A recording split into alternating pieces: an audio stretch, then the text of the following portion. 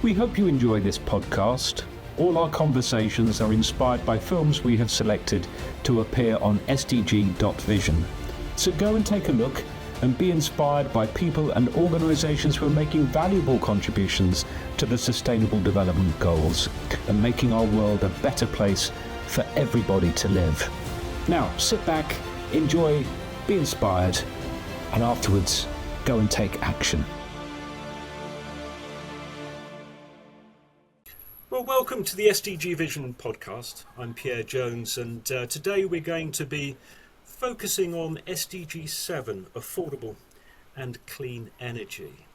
Now, energy is foundational, really, to a decent and a dignified life, and it's also foundational to a just transition to a more sustainable world. And for that reason, I'm really pleased today to be joined by Stu Bretherton from Fuel Poverty Action. Hello, Stuart.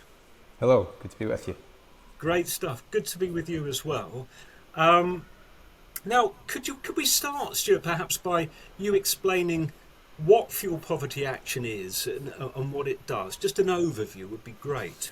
Fuel Poverty Action was formed out of the climate camp movement in the 2010s as a grassroots campaign group that aimed to address the dual crisis within our energy system, both the destruction of the living world and the failure to meet even people's basic necessities. So this is the basis of our mission, both ending fuel poverty and making green come true. And through its history, FPA has been involved with the anti-fracking movement, organising residents subject to inefficient heating systems or lack of home insulation or botched insulation schemes for that matter.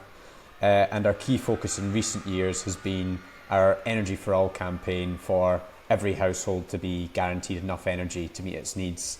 We're solutions focused and carry out our work through a range of tactics, from parliamentary advocacy to engaging with large stakeholders like trade unions and NGOs, and also street mobilising, and recently some community organising by our newly formed local hubs as well. Great. I mean, that's a wide variety of action. But I suppose for those that may not know or are not au fait with the energy system that we have, apart from getting bills and the ever-increasing bills, why do you think, or why does Fuel Poverty Action think, that the current energy system disadvantages the poorest in society? Yeah, well, on the production side, firstly, we know, of course, that in the UK and internationally, it's often the poorest communities that are subject to infrastructure developments that pollute the air and water, encroach upon living space, and rarely deliver benefits to the community. Meanwhile, a lot of schemes we have in place in this country for, say, cheaper, more variable tariffs or home efficiency improvements actually more often apply to well-off households rather than those most in need, as ultimately this is who energy companies want to attract. That's the business they want, of people with more money.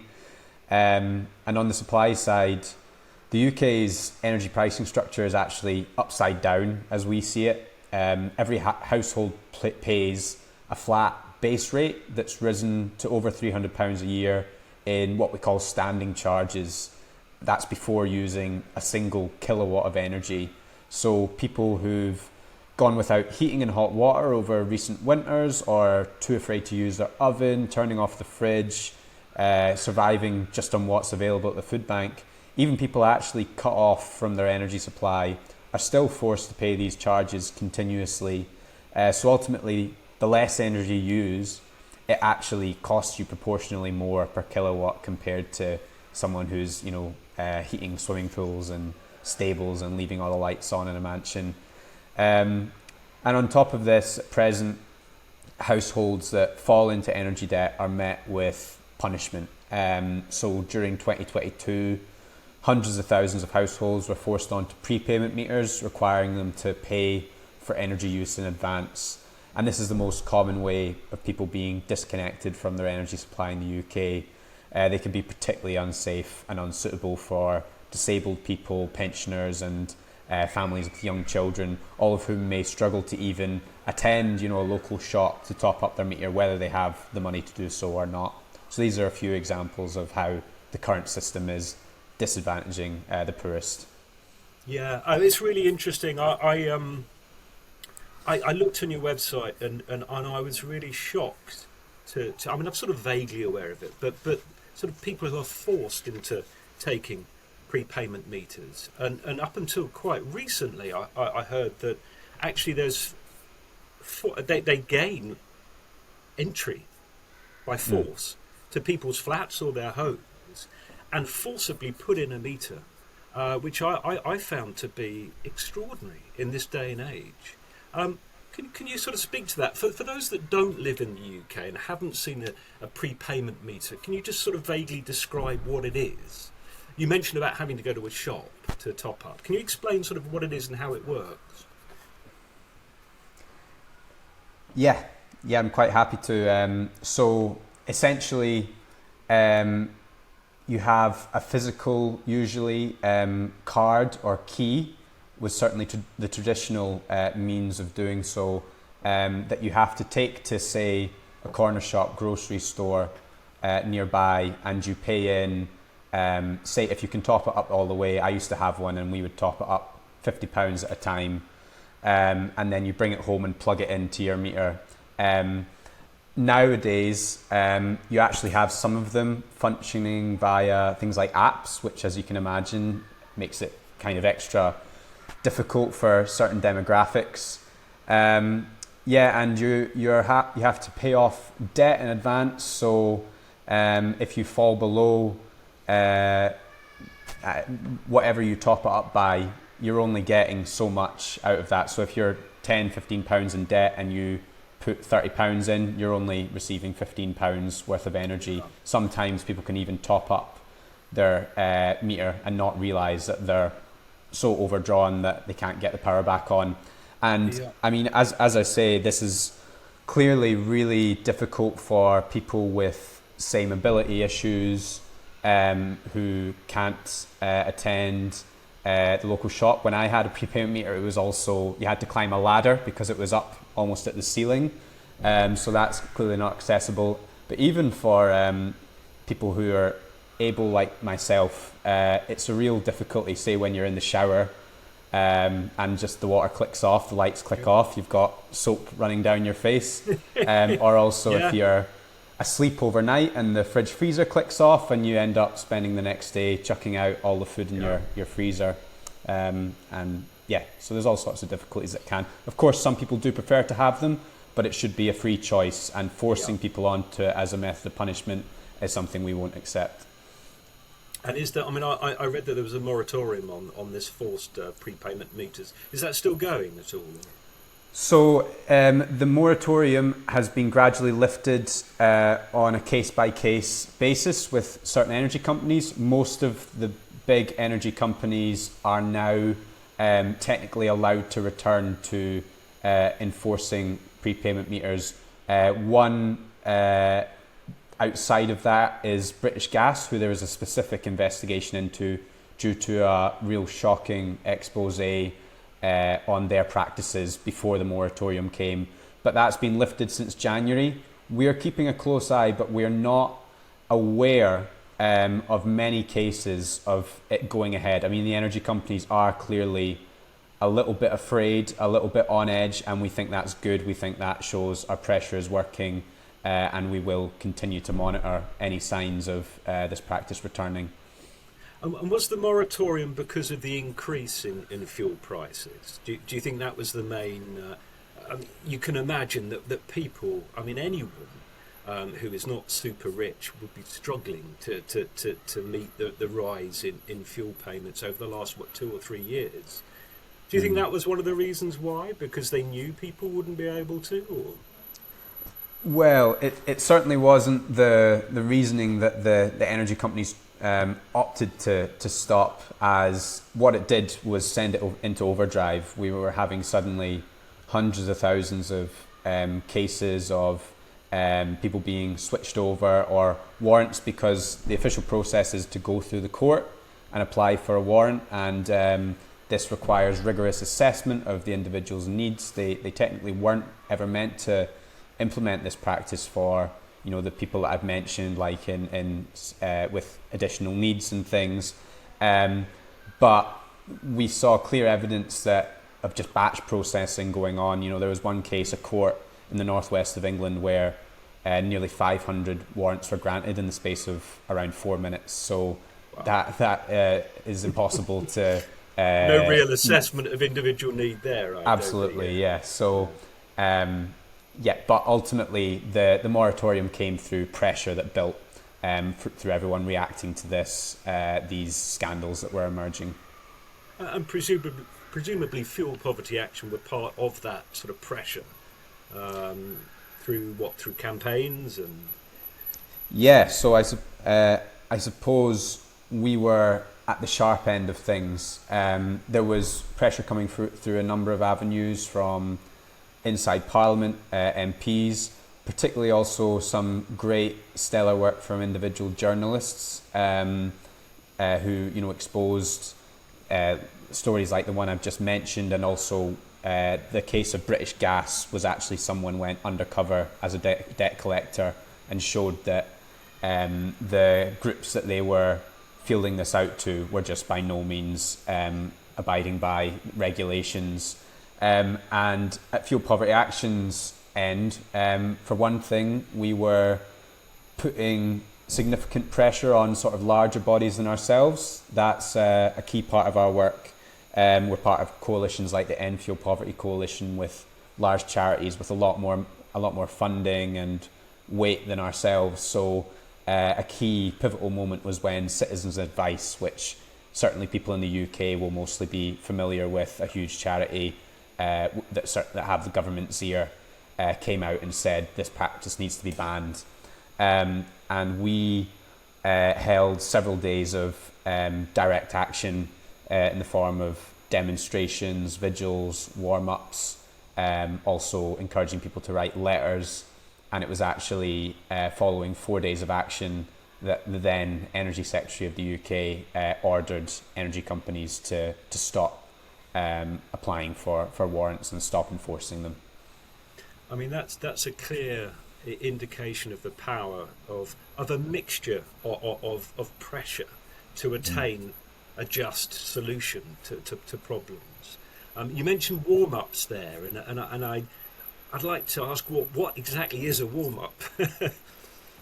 Yes, I'm glad you asked. Well, warm-ups are a tactic that FPA has pioneered and used throughout its history. It's a simple and effective and scalable form of either direct action or community engagement.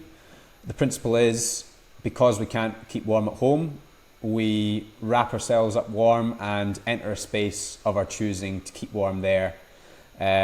So since our foundation, these have been carried out at both the Westminster and Holyrood Parliaments.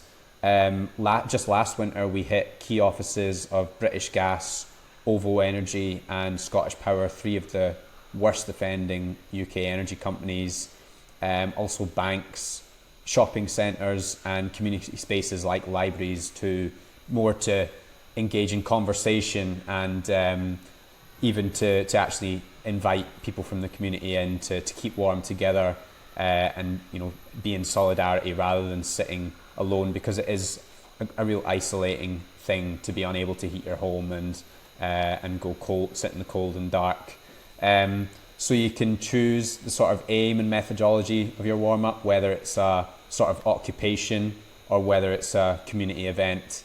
And we tend to lean into the warm-up vision by wrapping up in blankets, hats and scarves, sometimes hot water bottles. People have burnt bills and things in the past, and speak out about our issues that we face and the solutions that we need. Now, I mean, some people, I'm not one of them, but some people may say, well, that's just a student-y thing. You know, it's a gimmick, it's disrupting business, it's disrupting the streets, it's a complete waste of time. We've heard all these views before, but I mean, you've mentioned one thing, which is solidarity, which I think is really important, and I think it sort of touches on the mental health aspect of fuel poverty and how fuel poverty can affect people's mental health. But if you can join up with other people who are experiencing something similar to yourself, I think that could be quite a positive thing. So, how would you respond to that often heard criticism that this is just a gimmick and it's a time waste for the police? Everyone suffers, but the young people who are enjoying themselves. How do you respond to that? Well, I think we benefited from the demographic that's part of fuel poverty action. I'm slightly atypical that mostly we are pensioners and disabled people and people on the front line of fuel poverty, which is increasingly young people as well in the past couple of years. But we perhaps don't fit the description of many activists that people are used to seeing in other climate movements. Not to discredit those individuals in any way, but I think that's benefited us. And as I say, we've seen the effectiveness of this tactic, both in the case I referenced around prepayment meters, but also in more localized cases where people have chosen to use this tactic, say to pressure their local council to open up actual warm hubs. This has been a new development we've seen since this energy crisis, really, over the past couple of years, is actually needing these spaces for people. We used to use this as a creative form of action, but it's now become a reality that local authorities have had to use community centres, libraries, all sorts of spaces to invite people to come and use the heating and keep warm because of the rate of people unable to heat their homes. So yeah, this community spirit, is difficult for people to criticise, I think, and also we've seen the effectiveness of direct action in policy change. Yeah, absolutely, and I think it's interesting, as you say, that a large part of your demographic is elderly people, because of course pensioners are the ones that probably suffer most, as well as disabled people. People have to stay at home all day.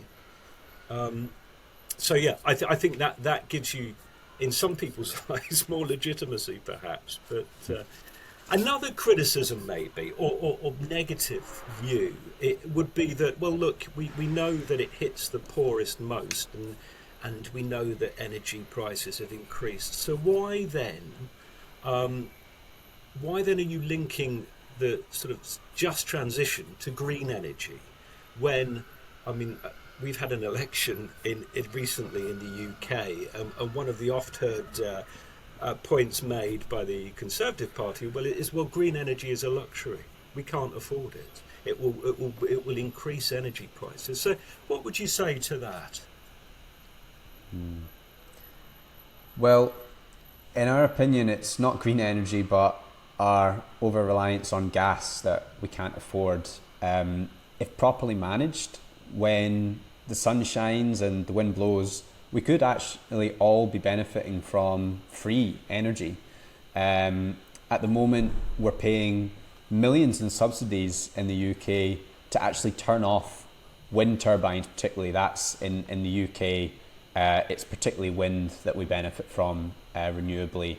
And when on extremely windy days, which we often get, particularly on the northeast coast of Scotland, where much of our offshore capacity is based, the grid becomes overloaded with excess energy, and this causes maintenance issues.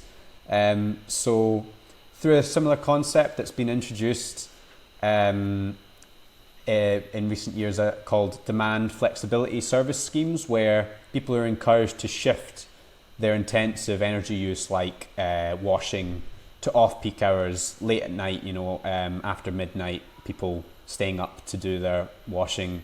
You could design a similar principle scheme that both support sustainable goals and deliver people free energy by, educating people that when it's blowing a gale outside, get your washing on. and that this is obviously replicable, probably internationally, where solar is the main driver and things. And this is also an area where things like community energy projects could be really beneficial, because you could then organise that on a more local basis, and also ownership of our energy is a key question here, because what we face at the moment is energy companies being the benefactors of this free excess energy rather than people, and using it to bring in a lot of batteries for storage and then sell us back this energy at extortionate rates, when we could all be benefiting from free energy. This is something that FPA's campaigned for a long time, and some people say it's a pipe dream, the idea of free energy, but the truth is it's already a reality.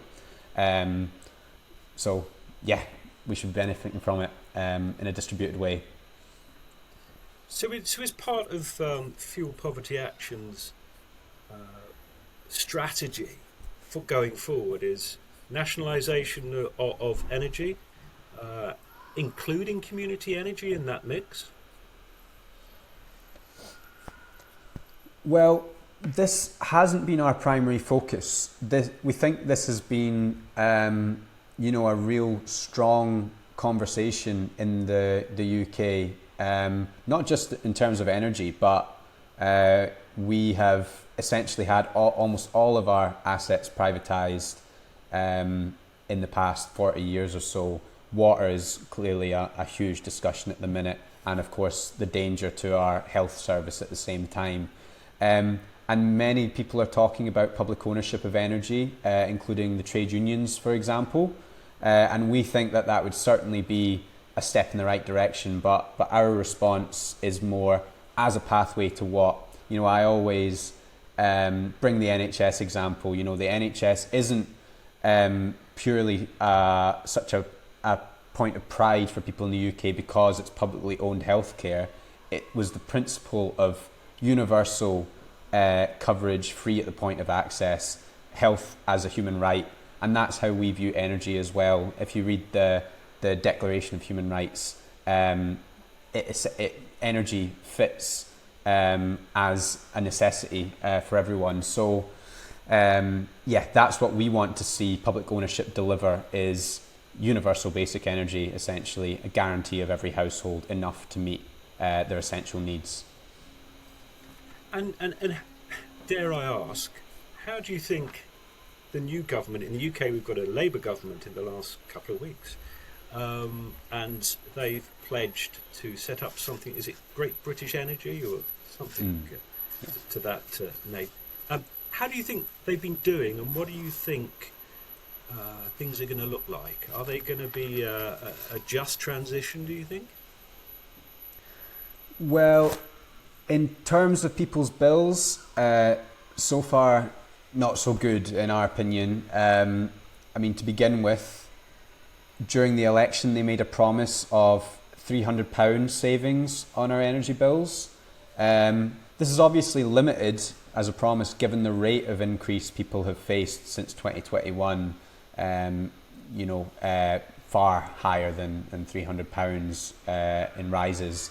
But it was also fundamentally disingenuous. The projections that they made for this £300 were based on prices some time ago, which have already fallen since then. So prices would actually have to climb back up to be at the rate that they promised, and they've said that that's not to be seen until the end of their current sitting in Parliament. So this was deliberately misleading election gimmick, which doesn't fill us with hope. There was very little information about plans to reduce people's bills. One thing they talked of was reform to bring standing charges, which I mentioned, down. There's been increasing pressure on this year, so it was an obvious step to take, but they're already dragging their feet and rowing back on this. And now this week we've had the shocking news of cuts to winter fuel payments in the UK. For the first time ever, these will be means tested, when up till now it's been universal for pensioners of a certain age. And this has been a move that's been universally condemned by everyone in our sector and all the political parties, aside from that, them in government. Not long ago, the very minister who's now implemented this was writing to the previous Conservative government saying that any such change would be unforgivable and put lives at risk, when it was rumoured that they might implement the same change. So figures are suggesting that up to 2 million pensioners could be driven into dangerous levels of poverty during the winter as a result of this change. And they've given zero indication of plans to mitigate this, whether we would see energy pricing, tariff reform or standing charge reduction.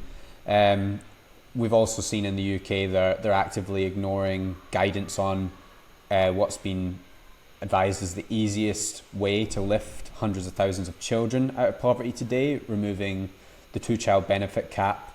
So this is outside of our particular focus, but it's clear that this is not a government with any intention to address the present poverty crisis, and any change we win will require us to fight for it.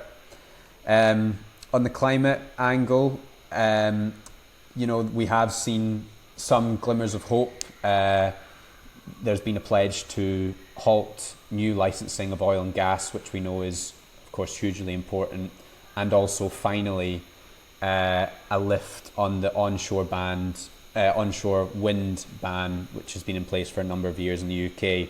So this will hopefully contribute to a reduction in emissions and also in long term a reduction in bills. But as I've said, we need to put in place structures that ensure people benefit from it, not just the companies that are investing in these new in this new business. Absolutely, and I mean, it seems to me that you obviously that role for putting pressure on, as you've said, is still incredibly necessary. And you mentioned some organisations that you work with.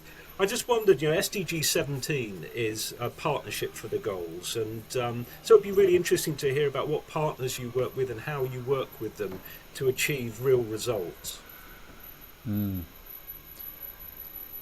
Yeah, we've got a lot of friends, which has stood us in good stead over the years. We are a small organisation. There's only a few dozen of us in terms of membership, but we hope that our impact is larger than the sum of our parts. We've got positive relationships with groups from including trade unions. So Unite Community, which Unite the Union is the UK's largest trade union, and community branches represent mainly people out of work or on benefits, so often disabled people, and they have actually adopted our Energy for All campaign for themselves and termed it Unite for Energy for All, which has led to days of action spanning 30 odd towns and cities in the UK. This would have been something we'd have just been incapable of, fuel poverty action on our own. So that has really extended our reach into local communities. One NGO that is hugely supportive of Energy for All is 350.org, who are obviously international in their scope, and both within the UK and wider, they have also adopted this principle of an Energy for All guarantee to ensure that everyone's needs are met as crucial to a just transition, as you put it. So that's given us an international scope to make this demand more of a reality. We've been able to expand our reach both in person and online through partnering, with groups with larger bases and followings than us. We also have a seat at the table in a number of coalitions, where, as I've mentioned, there can be large charities that have the ear of government already. So our allies have been crucial in increasing the impact of our work, and the perspective that we bring has given a lot of weight and respect, in the spaces and coalitions we're part of too. Yeah, I mean, you certainly seem to punch above your weight in terms of, you say you're a small organisation. I had heard of you before doing the research, Good. and I think that's because of your approach. It is very direct, and that's required sometimes to get the message across and to get the attention of the media as well. Um, One of the initiatives that I saw was a Speakers Bureau initiative that you've got on your website, and that kind of sounded interesting to me because it's ordinary. It seems to me ordinary people's views or experiences. Could you explain a little bit about that? Yeah, well, FBA has always sought to be led by our members and people on the front line of fuel poverty. We respond to inquiries and crises that we have our attention brought to. And the media are also always seeking case studies of particular issues to put a face and voice to these. So the Speakers Bureau aims to facilitate people speaking out about the challenges and issues they've faced. This includes, for example, a member of ours with mobility issues who was forced onto a prepayment meter totally against those regulations. They'd be left in the cold and dark for hours at a time until a family member finished work and could come and top up their meter. So people were on a large scale, I think, aware of the prepayment meter scandal and had seen the figures of hundreds of thousands of people that had experienced this, but it's difficult to actually envision what this means to certain people. I mean, as I've said, a lot of people are happy to have a prepayment meter because it means they feel better able to budget. But when you are made aware of just the impact that it can have on one individual, there was a case that we didn't bring into light, but that I often quote, of a mother and daughter, a disabled mother and daughter who, without realising, were switched onto a prepayment meter via their smart meter. So as well as the break-ins we've talked about, you can now be switched remotely without even knowing. And they were switched over and had their energy click off on Christmas Eve in 2022. And obviously none of the shops were open until after Boxing Day. So they spent Christmas Eve, Christmas Day and Boxing Day in the cold and dark. And for me, that case alone should be enough for that energy company to have its social license removed. So you see, the impact of these individual stories really stick out for people, I believe. Yeah, and I think that it really alerts us to the fact that how little control we have over the energy that we consume. It would be so lovely if people could actually contribute to the solutions, which they're doing through fuel poverty action. But if you look at community energy and even nationalisation, you could have ordinary people consulted about, how to improve the system, etc. So, I mean, that's a stark example. It really is. So the Bureau is it online, or is it? Do you put them on YouTube? The experiences of people. How does it work? It tends to be facilitated through, media, radio, TV media. We try and capture what cases we get forward, but it's often done at very late notice. Anyone who's used to dealing with sort of press and broadcast media knows that these things are very quick response time and very patchy sometimes. You can easily be messed about, but we do our best to circulate clips as much as we can. No, that's terrific. I think it's really important. And then there's another really good initiative that I saw on YouTube, which I really liked, on your channel, which was Fuel for Thought, which is a monthly discussion really about different aspects of energy and just transition. Do you want to talk a bit about that? Because I think more people should watch that. They're really fascinating, hour-long sometimes longer, discussions and conversations. Yeah, I agree. We'd love to have more people along and attending. We thought it was important to dive into some of the misconceptions or technicalities that people can struggle to get to grips with in the energy system, because it is hugely complicated. So we hold them monthly, as you say, and we invite guest speakers and experts on individual topics, or people with lived experience, to talk about all sorts of questions. The most recent case was off the back of the general election, which we've talked about, to assess the challenges and opportunities that we see in energy and housing and climate policy under the new government. But we've also gone into more technical discussions, from retrofitting of homes to heat networks, and also public ownership, how to do it. Because as you've said, there's a number of models of public ownership in different sectors. There's also the community ownership model you've mentioned. In certain sectors like transport, we see municipalisation. In others, there's nationalisation. So we invited people from We Own It, a group which campaigns on this across various sectors in the UK, Unite the Union, who are running a particular campaign for public ownership of energy, community energy projects, and really dived into how could we actually go about this and what could work for communities and the public. And it is led, first of all, by brief contributions from speakers, and then we open it up into discussions. So that's a very important part of it as well. It's not just to sit and listen, but also to engage and ask questions. I've listened to about 5 or 6 of them so far, okay. And they, if someone said to me, well, you're going to watch something about energy, I think, come on. But actually, as you say, it's really, really interesting how energy is okay. It sounds sort of academic, etc., but actually it touches all of our lives, doesn't it, in so many different ways. And I've really enjoyed watching them, and I really encourage people to have a look at them. We'll put a link to your YouTube page on underneath this interview.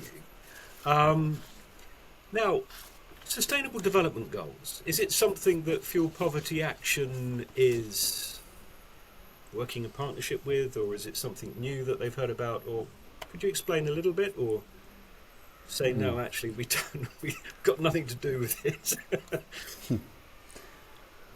Well, of course, a number of the Sustainable Development Goals are naturally at the crux of our mission, particularly, I'd say, ending poverty, affordable and clean energy, and climate action. And they provide a useful framework. And although we're internationalists in our outlook, I would say we believe change ultimately begins at home and comes from below. So we don't restrict ourselves to any one framework, but are driven, I think, by a sense of justice and fairness that comes more from our guts and from what we see on the ground. So they're not something that we see ourselves chasing, but I believe they provide a useful framework to us and many of our allies, of course. Yeah, I mean, it's not something you've signed up to necessarily, but as you say, it's a framework. And I thought it's becoming a bit of a trend on these interviews, just to go through the SDGs and see how many that Fuel Poverty Action hits. And as you say, you've mentioned 2 already, but I think we may be surprised as to how many. We'll see. So SDG Vision 1 it is no poverty. And I think you squarely hit that. Number 2 is zero hunger. What would you say to that? Well, I think all of these things affect one another. The phrase that's been bandied around in the UK for the last 2 years is heating or eating, and that is really the choice that people have made. And energy bills have driven cost of living rises in all sorts of areas, particularly biting in terms of food in the past few months. So we believe that bringing down energy bills is a pathway to ending food poverty also, and also our mission around universal basic services, I think, fits with that as well. The idea that no one should go out without these basic necessities. So, I mean, that goes back to the human rights issue that you were mentioning before, I guess, yeah? And SDG 3, again, I think it's the same issue, good health and well-being. And I mean, it was through listening to your Fuel for Thought, actually, that it really struck me. Most people think about heating and lighting and physical health, particularly, but mental health is a huge issue, isn't it, in terms of just fuel justice? Mm. Yeah, absolutely. I mean, we take the news that we've discussed this week of the cuts to winter fuel payments for pensioners. Some pensioners won't notice the difference, people who are more affluent. So for some people, that money is, as it says in the tin, it's a winter fuel payment. That is their budget for fuel this winter. So if you can imagine, for anyone, you know, in vulnerable situations or pensioners listening in, just to be told that you won't be able to heat your home this winter, imagine the stress that would put you under. And the mental distress also of living continuously in damp and mouldy homes. Yeah. You know, I'm expecting a kid in the coming months, and I'm currently living in a home with black mould, and the idea of having a baby growing up in those conditions is already putting me under stress. So I'm fighting with my landlord to make improvements prior to that. Yeah, absolutely. There's an initiative in New Zealand, and I'm searching through the notes here, called the Universal Energy Quota or something, which is a set of guidelines, or actually I think they're legal requirements for landlords to set, to reach a certain level of energy efficiency, etc. And those issues of mould, which are huge for a lot of people. So hopefully we can get something like that, similar to that, in the UK. And good luck with your new child, and I hope that you can get rid of that mould. And as you say, I mean, this is a pure example of how this is not just affecting a minority of people. I mean, the flat I'm in has got mould, I mean, terrible mould. And you talked about retrofitting, and that comes into that, doesn't it, really, in terms of getting houses and flats, particularly those that are rented, up to a decent level so you don't get mould, you don't get these awful things. SDG 5 is gender equality. What would you say to that? Does Fuel Poverty Action's work address that at all, or not? No necessary shame if it doesn't. But. Well, it's not a primary focus, but of course, as with all injustices, we recognise that there are gendered inequalities when it comes to energy injustice, and many women, both UK and internationally, are among the most affected by fuel poverty and other forms of poverty, and bearing the brunt of the issues that leads to household. And we're also proud to be, in a lot of ways, women-led among our membership, and seeing the strength of a lot of women in our movement, I think has brought us a lot of courage and strength over the years. Yeah, terrific. Number 6, SDG 6, clean water and sanitation. I'm not sure that would be relevant. Might be a stretch. Don't force it. No, but we are, of course, highly conscious of the situation with water and sanitation in the UK right now, and there's a lot of room for solidarity between both energy and water. There's also a comparison that we've talked a lot about prepayment meters. Since the 1990s, those in terms of water have been illegal. No one can be legally disconnected from their water supply, so we often draw on that example, saying the same should go for energy. That's such a strong point, isn't it? How can you argue against that? I mean, no, fantastic. Number 7, affordable and clean energy, we're fine. Number 8, decent work and economic growth. I would say probably the clearest example where this fits with our work at the minute is on housing. For every one job, I believe, in the oil and gas sector in the UK, there's up to 75 jobs needed to improve our housing and bring it up to a decent standard, where no one's made ill by their homes, and we also retrofit to where we're not simply heating the sky instead of our homes and our families. So that will produce huge numbers of jobs, and skilled jobs as well, that people are crying out for. Almost like the Green New Deal that's often mooted by and then left, but it's a very good point. I think they're linked. Number 9, I guess similar to an extent, industry, innovation and infrastructure. Same sort of point, really, isn't it? I suppose. Yeah, I think so. And we're also we also caution, I guess, on certain things in that field as well. Things often tipped as innovation and as solutions that are really just money makers for the industry as they exist. So at the minute, we've talked a little bit about GB Energy. A lot of the money, public money, is going towards things like carbon capture and storage, blue hydrogen, and nuclear, which we aren't convinced are the solutions. We believe we already have those, and we've seen a lot of similar cases, as I've hinted at. Insulation jobs, we're massively pro insulation, but a lot of what's happening, unfortunately, is being done wrong at the minute and having negative impacts on people.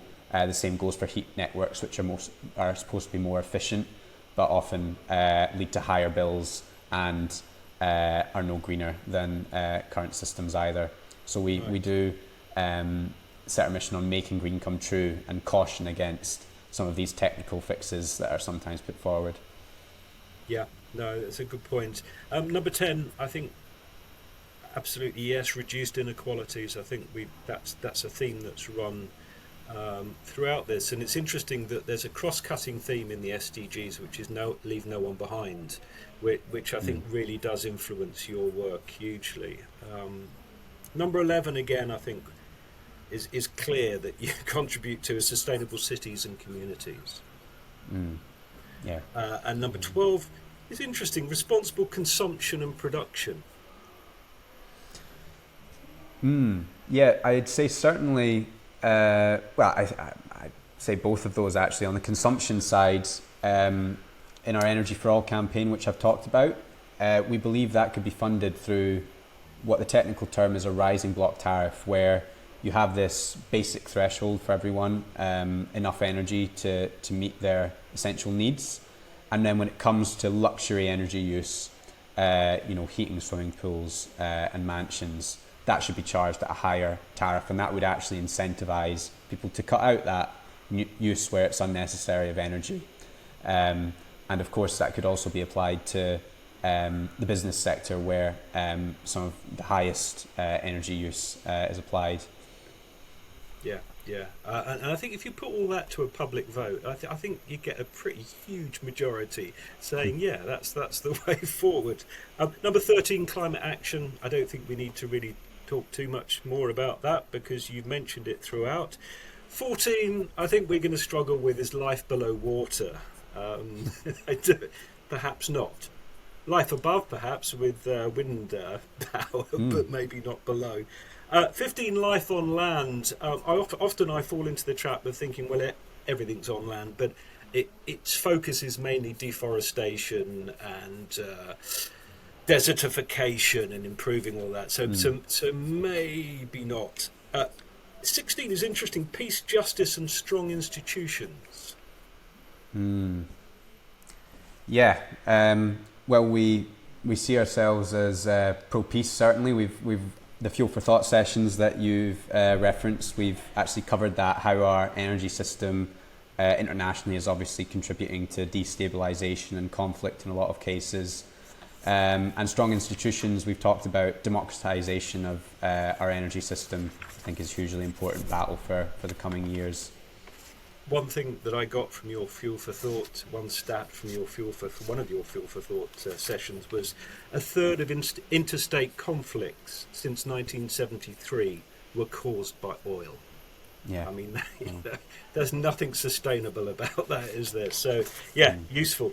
And finally, again, we've mentioned it, 17, partnership for the goals, and we've mentioned that you work with several other actors and organisations and individuals to make your voice louder. So, there's a lot of ticks there. As you say, it's a framework. And I think the reason that we're so keen on the Sustainable Development Goals is that it really highlights the interconnectivity of most of our life on this planet and how everything else affects everything else.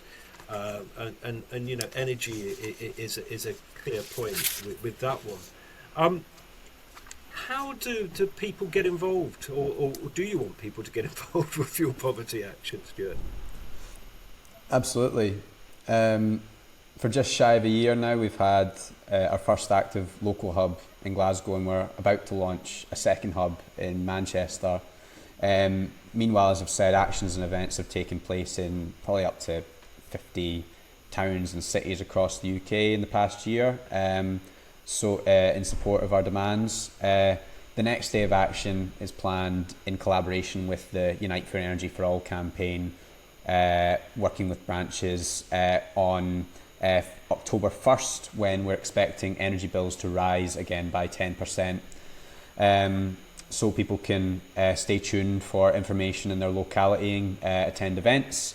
If you're a trade union member, you can get involved with our new Workers for Energy for All project and help in submitting motions and getting branches affiliated to FPA and behind our demands. And as we've said, you can attend our Fuel for Thought educationals, join our speakers bureau if you're affected by fuel poverty. We also are always looking for people to help with research, community outreach, social media. So yeah, if you believe in FPA and our mission, then we'll find something for you to do. Fantastic. And we'll leave links below. The video or the film that we've got of yours is actually one of the warm-up days. It's the National Day of Action on Fuel Poverty. So I urge people to have a look at that. It's on SDG 7, on SDG Vision. Stuart, thank you so much. It's been really interesting. And we hope to hear from you in the future, and any films that you have, we'd love to have on SDG Vision. Thanks very much indeed. Thank you. Thank you. Bye-bye.